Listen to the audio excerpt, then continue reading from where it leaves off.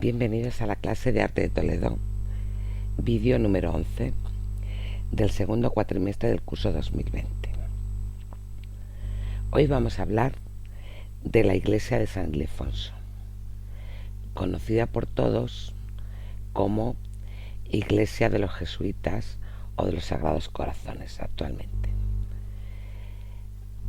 La construcción de esta obra está catalogada entre 1629 y 1764. Recalco, 1764. Es decir, un largo periodo. Primer tercio del siglo XVII y prácticamente más allá de la primera mitad del siglo XVIII, correspondiente a la orden jesuita, el único modelo de iglesia jesuítica que tenemos en nuestra ciudad. Una orden que precisamente va a fundarse en los gérmenes de esta orden religiosa en nuestra propia ciudad de 1534, que finaliza con la expulsión de Carlos III en 1767. Bueno, vamos a analizar, como todas nuestras clases, el análisis de esta obra de arte. En este caso es una arquitectura. Siempre hacemos los tres grandes conceptos a grandes apartados, que es mirar, identificar e interpretar. Ya sabes que mirar es un acercamiento, en este caso al edificio arquitectónico, que dadas las dimensiones de la propia arquitectura nos puede resultar complejo de visualizar, pero sobre todo podemos identificar, si nos acercamos de manera presencial, individualmente. Ya sabéis que no se puede hacer visitas guiadas grupales, a la calle Alfonso XII, donde podemos ver sobre todo la fachada. Ya la fachada nos está dando pistas sobre el tipo de arquitectura, un tipo de arquitectura nueva, ya que obedece. Recorrer todo el espacio, no es posible visualizar la iglesia debido a las edificaciones anejas a la iglesia, que analizaremos a continuación. Pero bueno, en principio la fachada. Bueno, identificar es el gran apartado en el que analizamos los pormenores de la obra. En este caso, el día de hoy, la arquitectura. Pues el tema, qué tipo de tema, como ocurre en otras ocasiones, el tema aquí estará relacionado con el tipo de arquitectura del movimiento barroco y de dónde surge este movimiento barroco, que sería a raíz del Concilio de Trento, desde 1545 a 1568, es decir, 18 años del concilio, que vamos a cambiar. El contexto histórico, en este caso no tenemos un artista, sino que hay varios, y es la propia orden jesuítica la que va a hacer la construcción durante todo este largo periodo. Por lo tanto, no hablaríamos de la trayectoria del artista, sino el contexto histórico de la obra. Un poco hablaremos el devenir de la orden religiosa, nueva orden a raíz del Concilio de Trento, como estoy diciendo, la trayectoria de esta orden, los fundadores, y luego nos centraremos en el contexto histórico de la propia edificio, para que finalmente, como en otras ocasiones igualmente, interpretemos ya en su justa medida la importancia de este edificio tan singular en nuestra ciudad. Vamos a comenzar con mirar la fachada. ¿Qué vemos? Aquí os he puesto una imagen de lo que es la fachada de la iglesia de San Ildefonso, que ya os digo que comúnmente la conocemos actualmente por los Sagrados Corazones. Vemos una fachada en un principio con dos torres que está levantada sobre cuatro cuerpos. Se distinguen perfectamente tres de ellos: el primer tramo, el segundo y el tercero.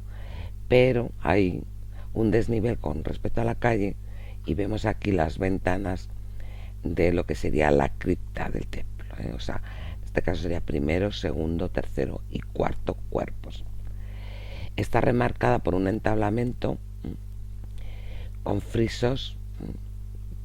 Aquí está en este doble entablamento del primer cuerpo con respecto al segundo, que es el cuerpo central a su vez. O sea, tenemos dos torres en la fachada distinguibles de 4 cuerpos, y luego tenemos el cuerpo central, que es más ancho, ¿no?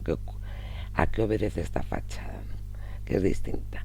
En esta fachada tenemos distinción a su vez del primer piso con respecto al segundo. El primer piso tiene un entablamento con el friso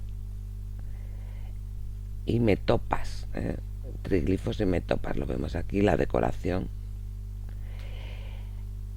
El segundo friso está rematado con estas grandes ménsulas parentales sobre 4 columnas.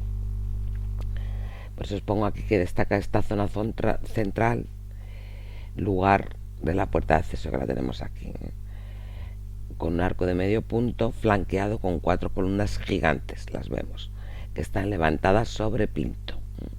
Estas columnas tienen unos capiteles, igual que las de arriba. En este caso son con volutas pareadas, y luego tenemos al final las pilastras para darle mayor movimiento a lo que es la fachada. En el segundo friso también tenemos un arco en tímpano en forma circular, y abajo el vano adintelado con el trigrama de Cristo, una vidriera del trigrama, santos patrones dedicados a la orden jesuítica, que iremos viendo, ¿de acuerdo? Recordar que porque se llama Iglesia San Ildefonso, tenemos la imposición de la casulla, un relieve de San Ildefonso justo encima de la entrada, del acceso. Luego a los lados vemos la alternancia, como es común en este periodo, de ventanas adinteladas o vanos con frontones que sobresalen partidos. Aquí tenemos los escudos de los mecenas. Bueno, que esto lo vamos a ir analizando a continuación. Detalles de la fachada. Vemos el relieve de la imposición, la Virgen María, como impone la casulla San Ildefonso. San Ildefonso, que tenemos aquí un putti que muestra lo que es en este caso, la casulla episcopal de San Ildefonso, la casulla que le impone, y la mitra episcopal, rodeada por un coro de ángeles, guirnaldas, muy típico del barroco, con celosías de flores, como estamos viendo, putis, y aquí tenemos la presentación. En la parte superior, ¿qué vemos? Los detalles. Pues vemos esta vidriera con una inscripción que es el trigrama de Jesús, que es precisamente el icono que representa la orden religiosa, como no podía ser de otro modo.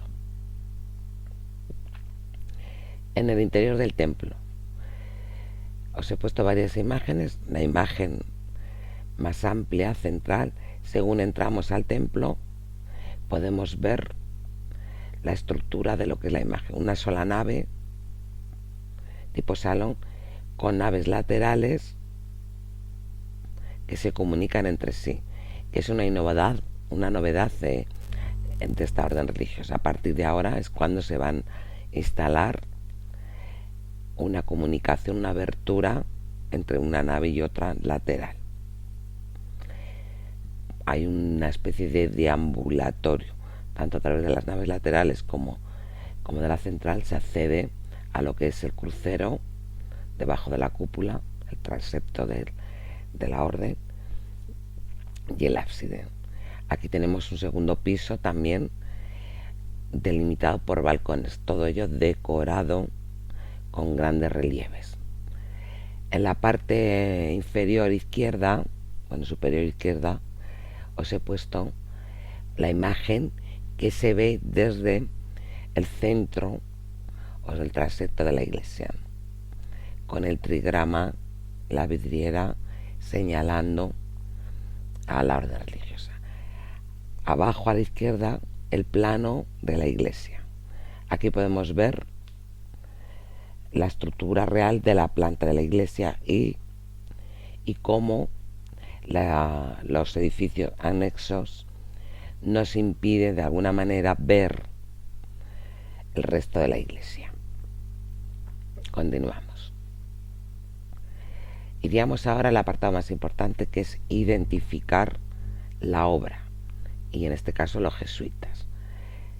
Con la obra, el apartado, haríamos el análisis de quién son los mecenas, el lugar con mayor detalle, la técnica, dimensiones y materiales que utilizamos para esta obra que se ha utilizado, el tema del nuevo dogma, de la contrarreforma del Concilio de Trento, y luego analizaríamos la orden, historia de la orden, el periplo, la historia propiamente en Toledo, y el modelo artístico, la influencia de esta iglesia tan importante que tenemos en la ciudad. Identificamos a los mecenas. Bueno, indicaros que la iglesia, la edificación de la iglesia de San Ildefonso de los jesuitas fue debido a la aportación económica de los hermanos Manrique, Pedro y Estefanía. Es más, aquí tenemos los escudos en la fachada principal, en el primer cuerpo del acceso, que hace honor al que promociona, permite que se efectúe esta edificación. Lo único que, como vamos a ver a continuación, la idea inicial tanto de Pedro como Estefanía Manrique va a ser que sean enterrados en el presbiterio de la iglesia, es decir, en el altar, en una cripta inferior que tenía que haber en el altar, la configuración, que actualmente no es así.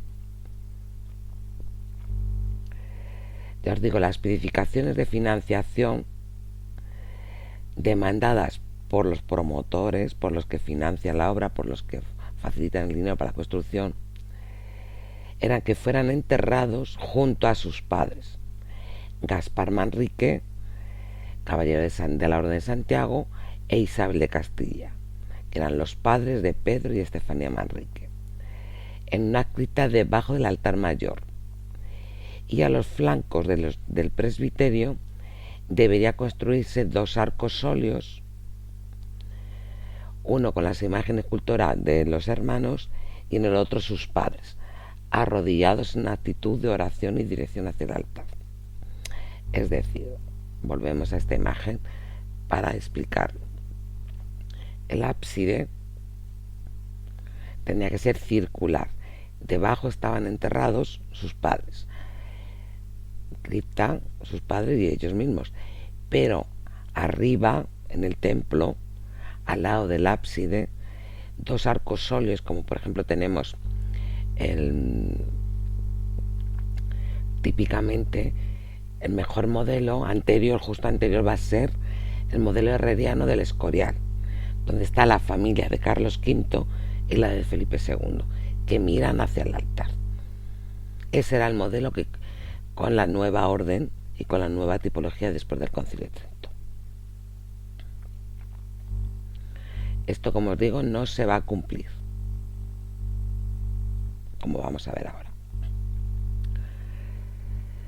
¿Por qué no se cumplió? Por las dificultades de financiación, de terminación de las obras, de la sucesión.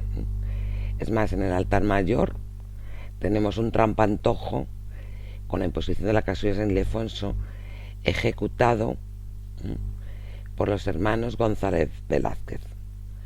Si os habéis dado cuenta cuando habéis ido a la iglesia, da la sensación, debido a esta gran pintura mural, que parece que el ábside es circular por el engaño visual de la perspectiva de las columnas, ¿no? Y con el centro, con el tema central, que justo con el baldaquino posterior nos hace la dificultad de ver lo que es la imagen, ¿no? La pintura. Bueno, pues vais allí, os acercáis, da la sensación de que es circular, pero es plano. En la realidad es plano, es adintelado. Es decir, no se cumple como estamos viendo. Aquí no hay ningún balcón, ni a la izquierda ni a la derecha, ni se entierra. Murieron, las obras no se terminaron, entonces pues tampoco se enteraron. ¿Dónde están los mecenas? Pues aquí os he vuelto a poner la planta de la iglesia para indicaros que están en el ochavo. Esta es una imagen a la izquierda del ochavo, donde los hermanos Manrique están en la capilla que se conoce como de las reliquias. Junto al lado de la epístola, al lado de la derecha, del altar mayor.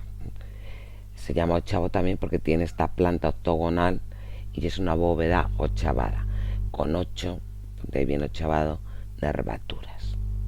Vemos, ya os digo, la imagen donde están de aquí y ahí un armario con otras reliquias de otros santos, sobre todo de la orden jesuita. También os he puesto imágenes de cómo están identificados los mecenas, ¿no? Justo en las pechinas, ¿eh?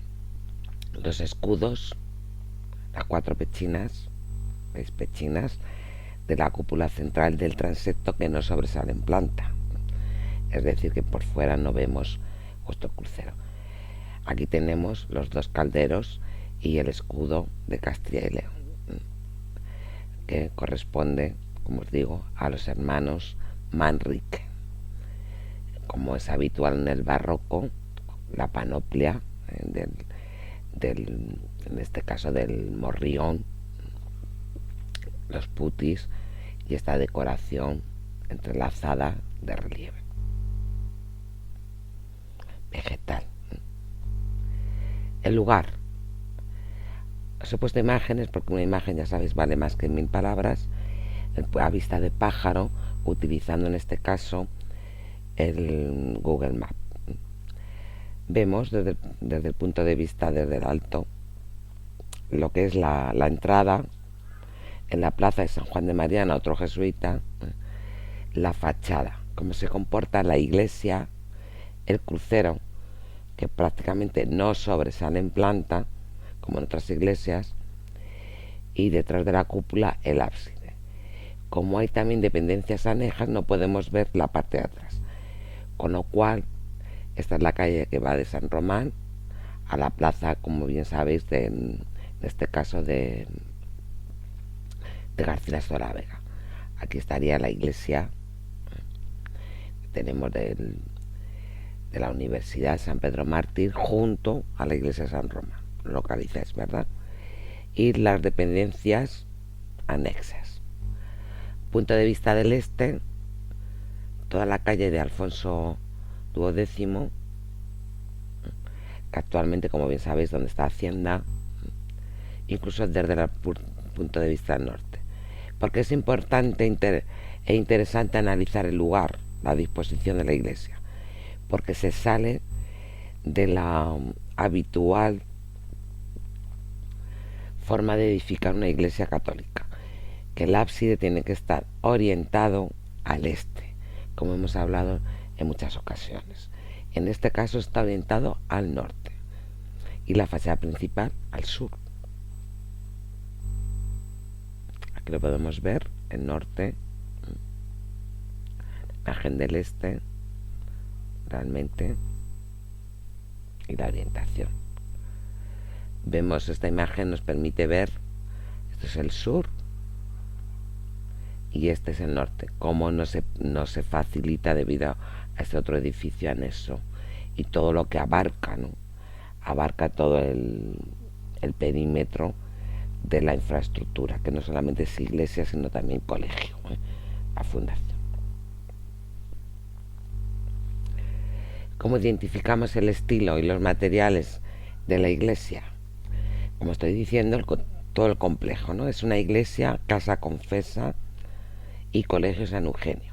Es decir, la casa confesa es el lugar, una especie de monasterio, donde van a estar los propios jesuitas, la orden.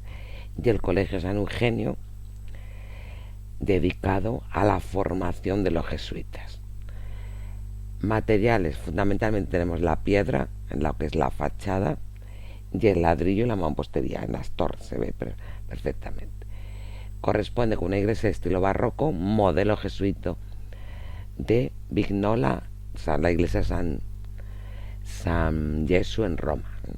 Está enclavada, como os he dicho, ubicada, alzada, entre la calle San Román y la calle Alfonso XII, presentando una orientación noroeste-suroeste, de tal modo que la fachada queda al sur, en dirección a la Catedral Primada de Toledo. La fachada, vemos la fachada, la plaza, y desde las torres se puede ver perfectamente lo que es la fachada de la Catedral de Toledo, cómo mira hacia la catedral. El tema, tenemos que hablar de la orden religiosa y también del cambio del dogma católico, la contrarreforma. ¿A qué se debe esta contrarreforma? ¿Quién inicia realmente la contrarreforma? Podemos decir que los precedentes sería Lutero, Martín Lutero. Vemos esta obra de Lucas Cranach de Elder, pintada hacia 1529. Es un retrato en óleo de Lutero, Martín Lutero, que nace en 1483 y muere en 1546. Es decir, este dato de la muerte es importante porque ya en vida, el último año de su vida, en 1545 es cuando se va a hacer la contrarreforma, el inicio de su reforma religiosa. Bueno, comenzó y impulsó esta reforma religiosa en Alemania, lo que entendemos hoy por el país de Alemania. Sus enseñanzas le va a inspirar que se vaya transformando la reforma, lo que luego se va a conocer como reforma protestante más tarde. ¿Por qué protestante? Protesta por el devenir, vamos a decirlo, de la institución de la Iglesia Católica. ¿En qué se va a caracterizar brevemente sus teorías religiosas? Su nueva teoría, en exhortar que la Iglesia cristiana regresara de nuevo a las enseñanzas de la Biblia. Es decir, facilitar que la Biblia, el libro de los libros, no estuviera en latín, sino en lengua vernácula, es decir, en lengua alemana en este caso, ¿no? Que no necesitamos intermediarios para que nos indiquen lo que hay que entender de la lectura. Por eso va a provocar una nueva reestructuración de las iglesias cristianas en toda Europa. Es muy importante de que Lutero lo entendamos, de que no está de acuerdo con la idea de que la Biblia sea interpretada solamente por teólogos, sino que se acerque la Biblia a todo el feligrés y que el feligrés pueda interpretar por sí mismo, con su juicio, razón, la propia Biblia, sin necesidad de que lo que le digan los teólogos. Reacción de Lutero. Bueno, esta reforma luterana, esta manera de ver, va a conllevar muchos años de disputas y que Carlos V, nada más y nada menos que el emperador, tenga que aceptar finalmente la paz de Habsburgo. Pensar que son 10 años después de que muriera Lutero. Hemos dicho que Lutero, 9 años, de 1483 a 1546.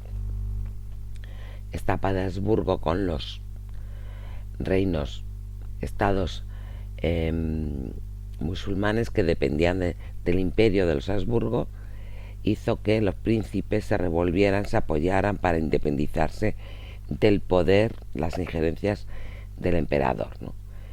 Indicando que la libertad de la religión de los feligreses, cius regius eius religio, es decir, así sea el rey, el príncipe alemán, así el pueblo religioso, independientemente de que el emperador sea católico apostólico romano. os he puesto aquí un resumen de las principales ideas luteranas. Para los luteranos, para Lutero, se basan que Jesucristo es el único mediador entre Dios y los hombres. No se necesita la confesión hacia otra persona y que esta persona marque, como sería el teólogo, el sacerdote, la penitencia de los pecados. Tú mismo, por ti mismo, si te arrepientes, orando a Dios, puedes conseguir este perdón. Para él, también la única fuente de revelación son las Sagradas Escrituras. Es decir, que sí que acepta la Biblia, pero no acepta que ésta sea interpretada, nos digan lo que expresa esta Biblia, sino que cada cual, cada feligrés, cada cristiano tiene ese poder. Aparte, solo aceptan 2 sacramentos: el bautismo, que es el sacramento que realmente permite acceder a la religión, y la Eucaristía. La Eucaristía, que todos sabemos que se conoce por la Santa Cena, que es lo mismo que decir la rememoración, recordar en nombre de la última cena de Jesús antes de la crucifixión. Para Lutero y el protestantismo, las imágenes solo nos ayudará a expresar, a llegar al conocimiento de la enseñanza. No son símbolos de idolatría de las imágenes. Y como os digo, los propios pastores o ministros de la Iglesia pueden también casarse, o sea, contraer matrimonio y ejercer otras actividades económicas. Estas pautas son las básicas de lo que sería la nueva idea de Lutero de cómo tiene que andar la religión católica. Aquí tenemos también la rosa de Lutero, que es el símbolo, el icono que representa este tipo de religión. Tenemos por un lado, se conoce la rosa porque son varias rosas, ¿no? El símbolo de su teología, la cruz de Cristo en negro, rodeada, que significa para él la fe me salva, de un corazón rojo, como la fe viva que sigue palpitando en el ser humano, rodeada de una rosa blanca, que la fe da alegría, no solamente penurias. Y al final, rodeada toda esta rosa blanca de pureza, de alegría, por el cielo, que es gozo y esperanza, ¿no? Finalmente, el símbolo áureo, el círculo, donde se suscribe toda esta rosa, que significa la gracia eterna, ¿no? El símbolo. O sea, todo este es el anagrama de el protestantismo, que son cristianos también, ¿no? Creen en la fe de Cristo, lo único que difieren básicamente en estas pautas con respecto a la religión católica. El nuevo dogma, ¿qué provoca estas ideas de Martín Lutero? El Concilio de Trentino, es decir, una reforma católica o contrarreforma a Lutero. De la vida del cristiano católico, que va a diferir contra el dogma nuevo de Lutero, y va a suponer una estructura distinta de la jerarquía eclesiástica.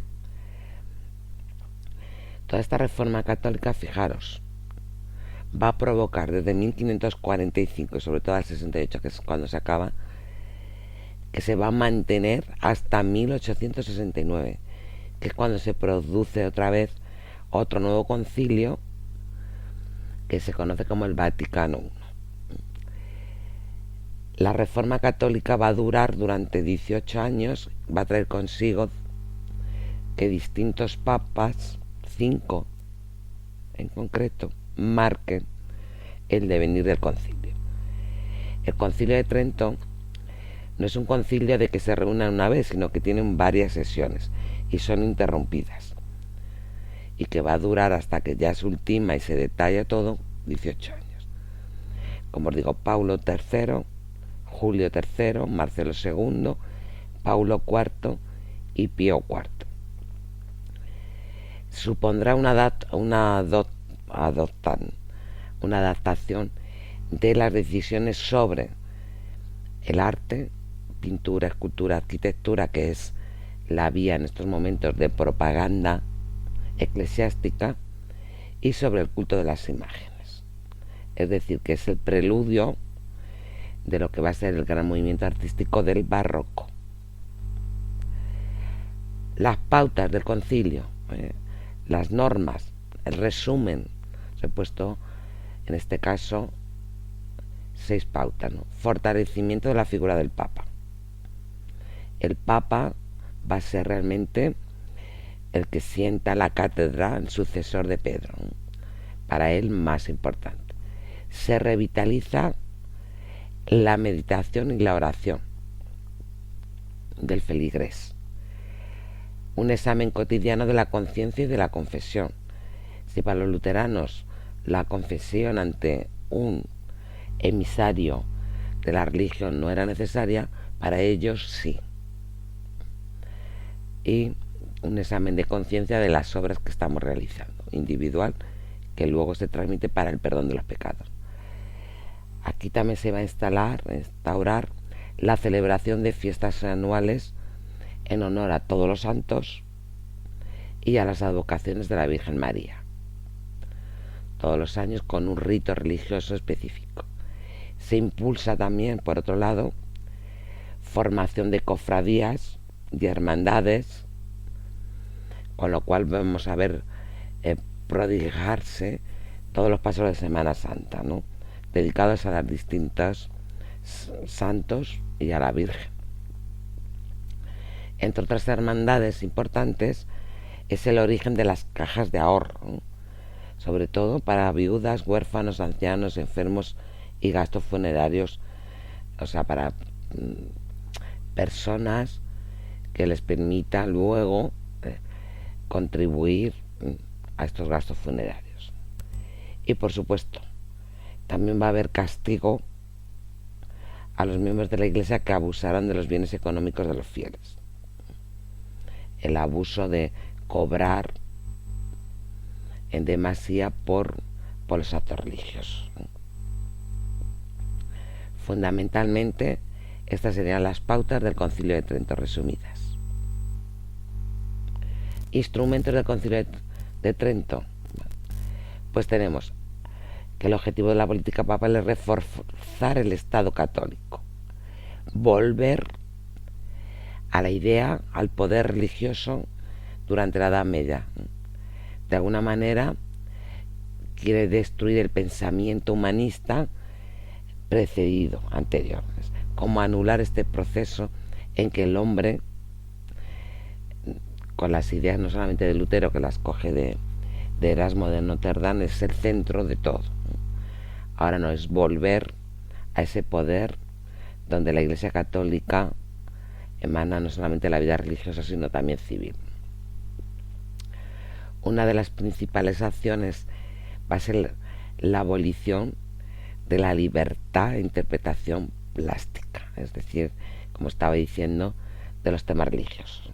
Como el Greco con el tema del expolio no podía pintar lo que él quisiera ni interpretar debido a su idea humana de que se debía representar, sino que estaría acogido a la idea que tenía la Iglesia Católica de transmitir ese mensaje, porque va a ser la interpretación plástica, va a ser realmente propaganda de la Iglesia Católica. Para reforzar esta idea van a crear lo que es la Inquisición, que además va a tener apoyo en los Habsburgos y va a traer consigo el desarrollo de la mística. Acordaros de Santa Teresa de Jesús, de San Juan de la Cruz, etcétera, los grandes místicos que se van a apoyar, y una nueva orden religiosa. Atrás quedarán los dominicos, aunque van a ser los primeros, esta orden anterior, la que van a llevar a cabo los cargos que van a ocupar máximos de la Inquisición, o de los, por ejemplo, mendicantes como San Francisco de Asís.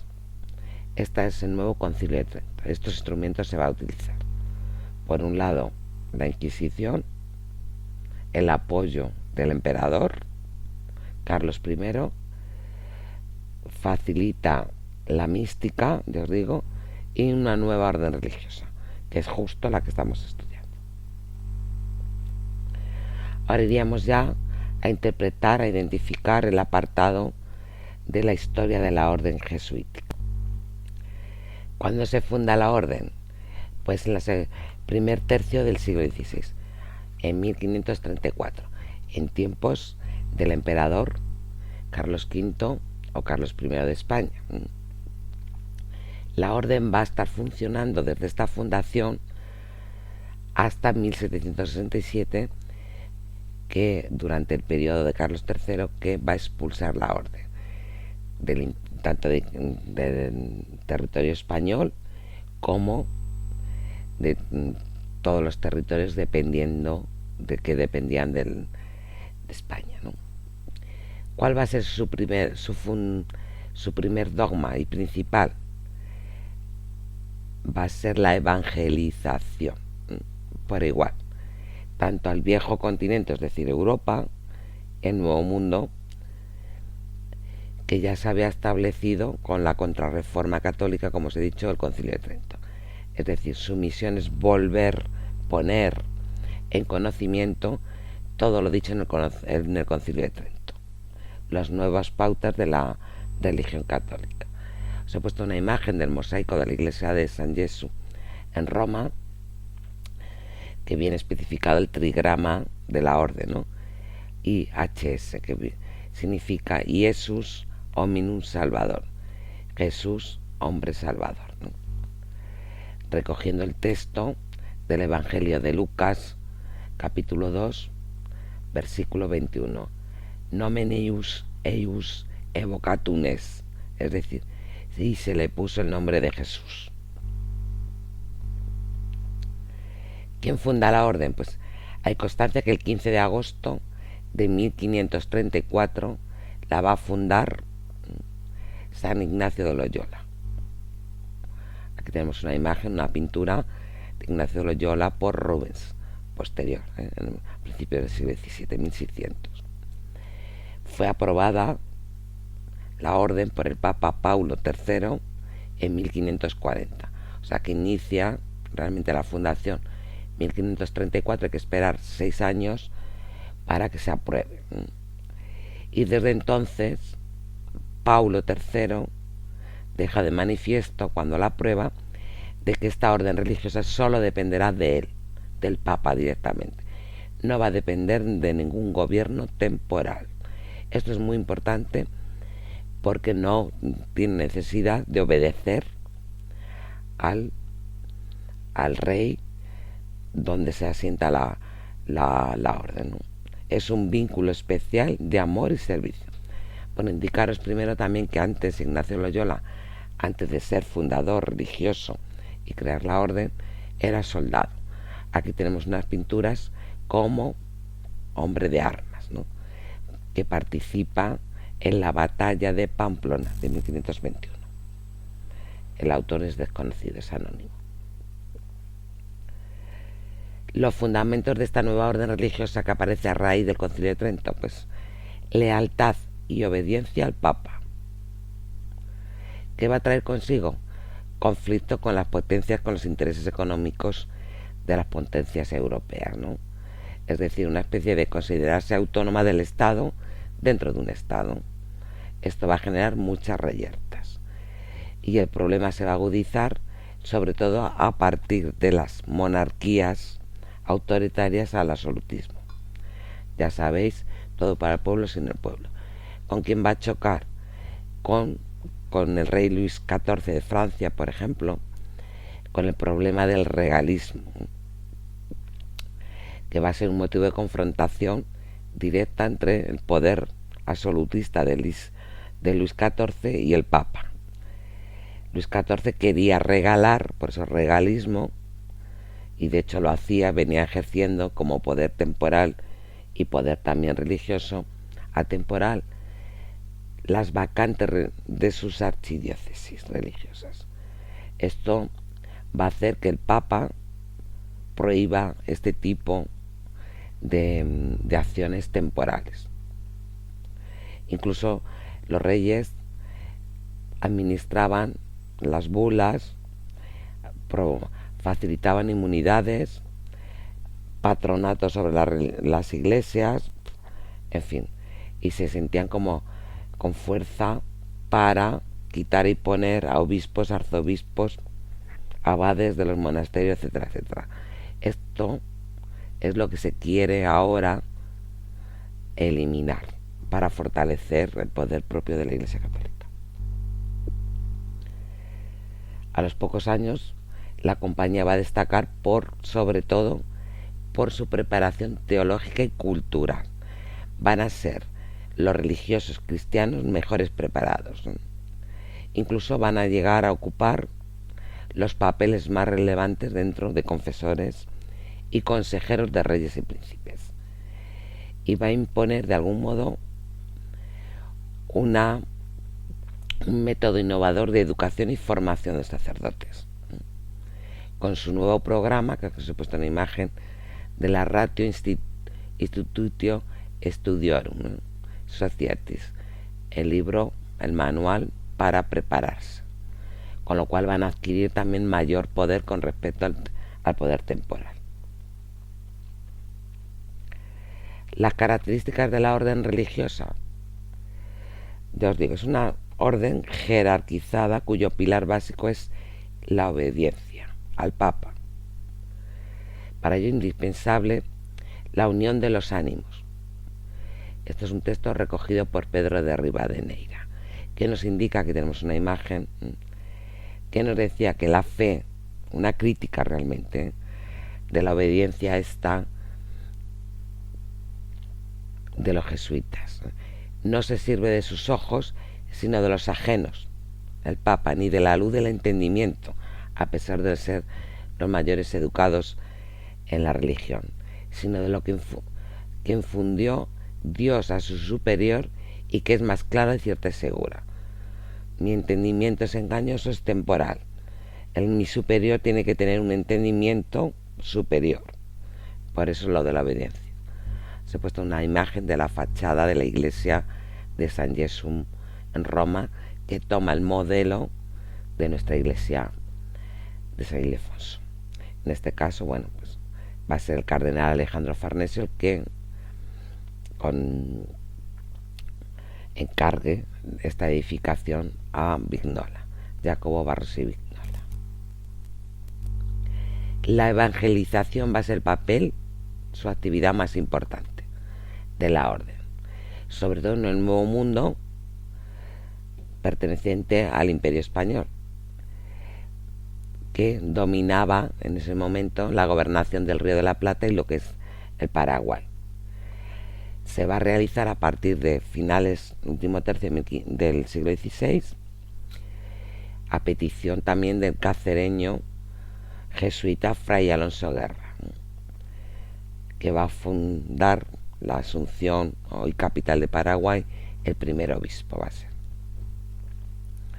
Aparte de llevar a cabo la enseñanza cristiana del concilio a los indígenas guaycuríes y guaraníes, iniciaron también poblaciones que se conocían con el nombre de reducciones o misiones, independientes del poder temporal. Esto es lo que les va a traer, os he puesto aquí una imagen de los indígenas, una recreación de cómo vivían, cómo le transforman totalmente la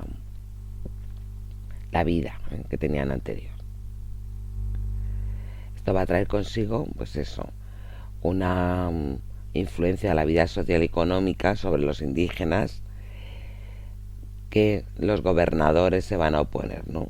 Se van a creer independientes. Es un ser También facilita la cristianización porque los guaraníes ven semejanzas con su propia religión de adoración, ¿no?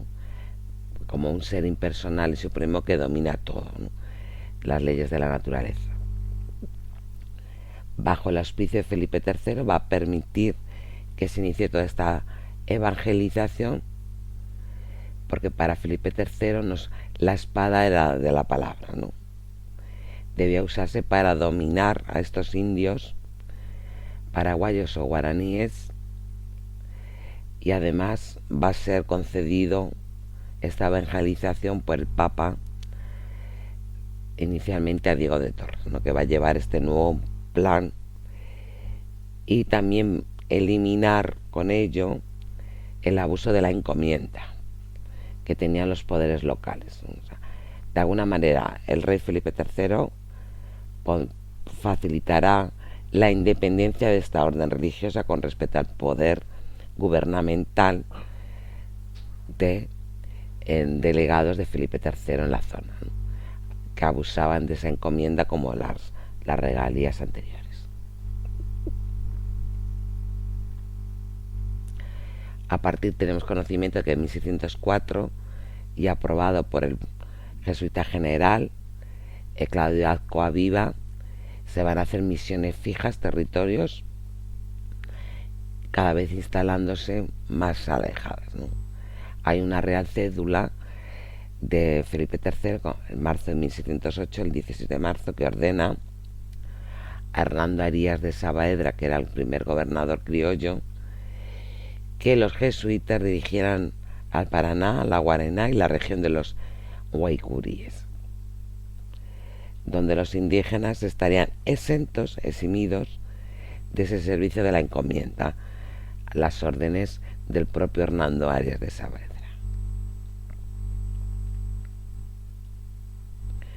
Ahora iríamos al análisis de la orden en Toledo. Bueno, realmente la relación de la orden se inicia antes de la fundación. Tenemos constancia que en 1533 Alfonso Salmerón, feligrés de la parroquia de San Cipriano, viaja a Pavía para estudiar humanidades, junto a Diego de Lainez, que será el futuro general y biógrafo de San Ignacio. Es decir, que Alfonso Salmerón, feligrés toledano, va a estar dentro de ese germen.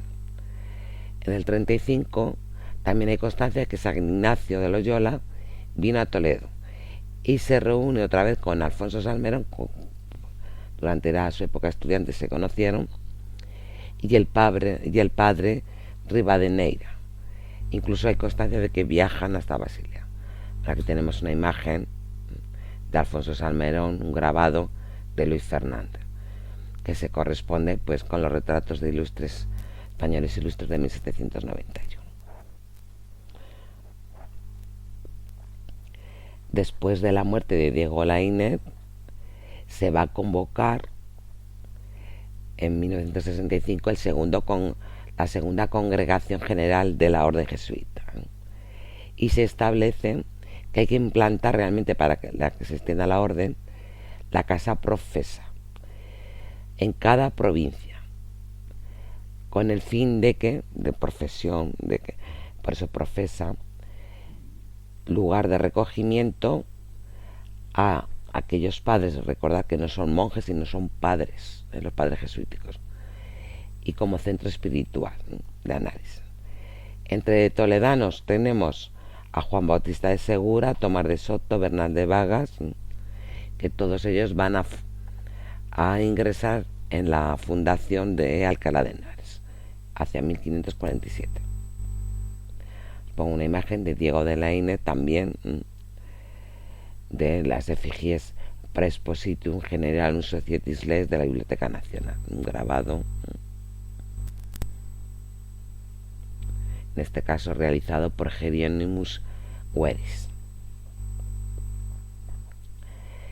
La orden jesuítica, a pesar de que se puede decir que Toledo está relacionado con los orígenes, se va a retrasar en implantar, ¿no?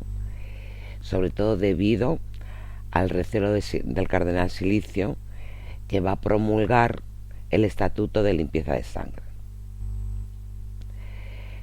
También tenía recelos sobre que se implantara la orden, debido a que la mayoría de los padres religiosos van a ser conversos, provienen de familiares de aquellos judíos que se quedaron tras la expulsión en 1492 y tienen antecedentes, no eran cristianos viejos.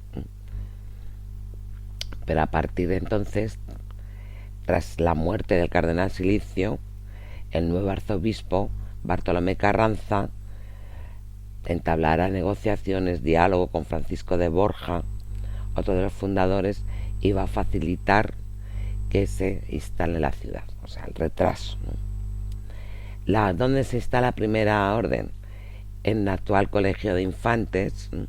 Tenemos constancia de documento de octubre a diciembre de 1558, va a estar ahí supuesto en la imagen, hasta que alquilan una casa en el barrio de la Magdalena don Ruy López de Ábalos, que es precisamente la casa que va a estar ocupada en el actual hotel Carlos V, debido a que a partir de que Felipe II instala en el 1559 a su hermanastro Juan de Austria, hace que se traslade la casa jesuítica de Toledo. De Infante se traslada ahí donde el actual hotel, y de aquí a una casa que alquilan a Hernán Suárez de Franco en la calle Núñez de Arce. Posteriormente van a comprar y se van a mudar en 1562 en el antiguo convento de San Bernardino, en la plazuela del Pan, del barrio Santo Tomé, donde está durante unos años el espacio de música Los Clásicos, en esa zona. Recordad que hay una pintura de San Bernardino en el Museo del Greco, pintado por el Greco, que ahí es donde estaba ese convento. Después de 7 años van a recibir una oferta de Juan Hurtado de Mendoza y Guzmán, según el quinto conde de Orgaz, de adquirir los terrenos donde vivió, según la tradición, nació San Ildefonso, que es precisamente a colación de la iglesia de San Juan Bautista. La compañía van a adquirir con ayuda de esta donación que hemos hablado antes, ¿no?, de Pedro y Estefanía Manrique, principios ya de 1606. Además, comprar también el Hospital de la Misericordia, que estaría junto a la Plaza de Padilla actual, y poder levantar la iglesia de San Ildefonso. O sea, este es el periplo de la ciudad. Tenemos un documento que se llama el Memorial Fundacional, que hablaba también de construirse habitación para los religiosos, o casa profesa, como os he dicho antes. Lo que ocurre es que toda la compra inicial de todas estas dependencias va a suponer también varias servidumbres del Hospital de la Misericordia y los primeros asentamientos del viateario que hoy conocemos por el convento de las Agustinas Calzadas de las Gaitanas. Gastos que van a retrasar las obras de la iglesia. Encima tenemos constancia que también en 1727 tuvieron dificultades para instalar la sede del Colegio San Eugenio, que había sido fundado con anterioridad. Fijaros, estamos hablando casi 2 siglos, siglo y medio, en 1583, por el cardenal Gaspar Quiroga, que estaba junto a las dependencias de lo que conocemos por la parroquia del Salvador. Se conocía también como Colegio Viejo. Tras la expulsión de los regulares de la compañía, bueno, como os digo, en 1767 el colegio va a pasar a la instrucción pública de ciencias para la juventud, gracias al rey Carlos III. En 1835 se va a desamortizar y se instala la sede de la comunidad de las terciarias franciscanas, que justo en ese colegio es lo que conocemos por el Colegio de la Divina Pastora.